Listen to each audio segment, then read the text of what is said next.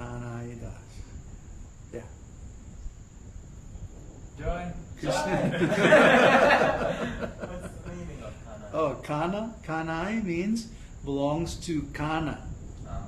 And Kana is a very, very intimate name of Krishna. You can look it up in the books. Yeah, Kanai Das. Later on we'll have ceremony. Jai. That's better. Now you're Krishna's servant in his pastimes with the How gopis. is it written? K long A N A I Das. So they were writing it here with H. Let me No. write it. K long A N A I. And I think the second A may also be long. I have to look it up. What's your diacritics? Hit a semicolon before the letter. So, question, back to the question. So if you're thinking of Kanor as, or Kanai Das as Connor, you're thinking of his body.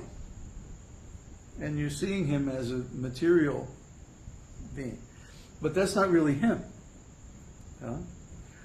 So we have to be astute enough to understand the consciousness of another living entity by the symptoms that they display with their body.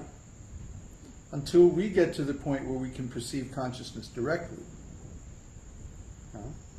And we get that perception by Krishna's grace.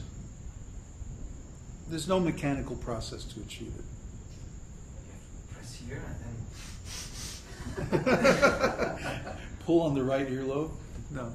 There's no mechanical process. No, there's a yoga process like pranayama that settles the mind and stills the attention. But the result of that process is automatically achieved by chanting Hare Krishna and contemplating the beauty and wonderful qualities of Krishna, because the mind is automatically attracted by those things. So similarly, by contemplating the spiritual qualities of the devotees, then we can begin to understand their consciousness and approach them as on the level of consciousness. I mean, we can use these bodies as communication vehicles and stuff like that. But ultimately, our relationships, even with other people, are on the level of pure consciousness. What to speak of our relationship with Krishna.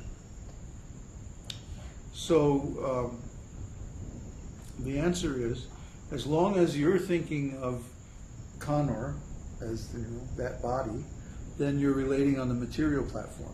But when you start to think, oh, this is Kanai Das, and he has this certain kind of relationship with Krishna, and so you start relating to him on that level, then that's a spiritual relationship.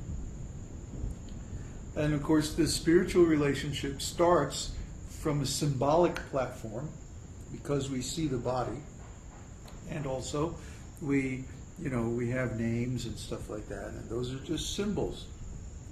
But they also mean something.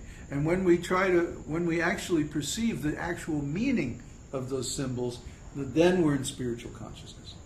Just like we talk about, Krishna this, Krishna that, Krishna is like this, Krishna did that, he had so many pastimes, so many qualities, blah, blah, blah. Then we're talking about Krishna. But when we come face to face with Krishna, that's the real thing. See, that's self-realization. And until we attain that, we can't claim to be guru or fully self-realized or any of that. But does that answer your question? Sort of? Sort of. Like, is it possible to be directly conscious of another person's consciousness? Oh, of course. Yeah. The first person we have to become directly conscious of is Krishna, because we have a direct link with him. And then through Krishna, we can become linked with others also. But I mean, just exploring Krishna's personality is, that could take a few million years. Krishna's personality is wonderful. Question from Luciana. Is meditation the best form to direct the conscious to itself? Well, chanting is a meditation. While we're chanting, we can contemplate so many things. Chanting is the best meditation because it puts us on that channel, connects us with Krishna, and then we can get revelations and teachings from Krishna directly through that channel. So if we, while we're doing our chanting, we start to contemplate on questions like this. What is the soul? What is consciousness? And then how can I be directly aware of consciousness? Krishna likes these kind of subjects, and he'll respond. So if you contemplate while you're chanting on these different questions, Krishna will respond very quickly because he wants to encourage us. He wants to help us attain self-realization. See, one of the things we're trying to do, we're trying to provoke Krishna into revealing himself. What attracts Krishna? That's why Prabhupada always said, don't try to see Krishna, but act in such a way that Krishna will want to see you. What attracts Krishna? What interests Krishna? What does Krishna want to see? What fascinates him? What makes him irresistibly curious about somebody? So that he has to come and see directly. See? We have to get to know Krishna well enough that we can attract him, interest him, fascinate him. That's the trick. And once we do that, then it's very easy because Krishna will come and see us. We can't go and see Krishna. We don't have the power. We don't have the power to walk through that wall, that door, the boundary of our individuality. But Krishna can come the other way. We have to attract him to come and see us.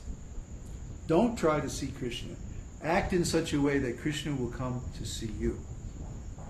That's the trick. And that's what Prabhupada was doing by creating all of this big noise of devotional service, lots of temples, lots of chanting, everything like that. Krishna was very curious. What's going on here? He has to come and see. So he appeared. Radha and Krishna appeared in so many places around the world just by Srila Prabhupada's influence. So just see what a great devotee. Like that. So, any other question? Yeah, there's technical. From Bruce. According to the Srimad Bhagavatam, Narada is the son of Brahmaji. But Manus are also sons of Brahma, and yet Narada was born into a common family and had to learn devotion before he became great. Therefore, is Narada Muni greater than Brahmaji because he isn't limited in movement and Brahma is? Oh boy. No, they're all pure devotees of the Lord. In fact, some of the Manus are actually incarnations of the Lord. And so is Brahma. Brahma is also considered a Shaktavesh avatar.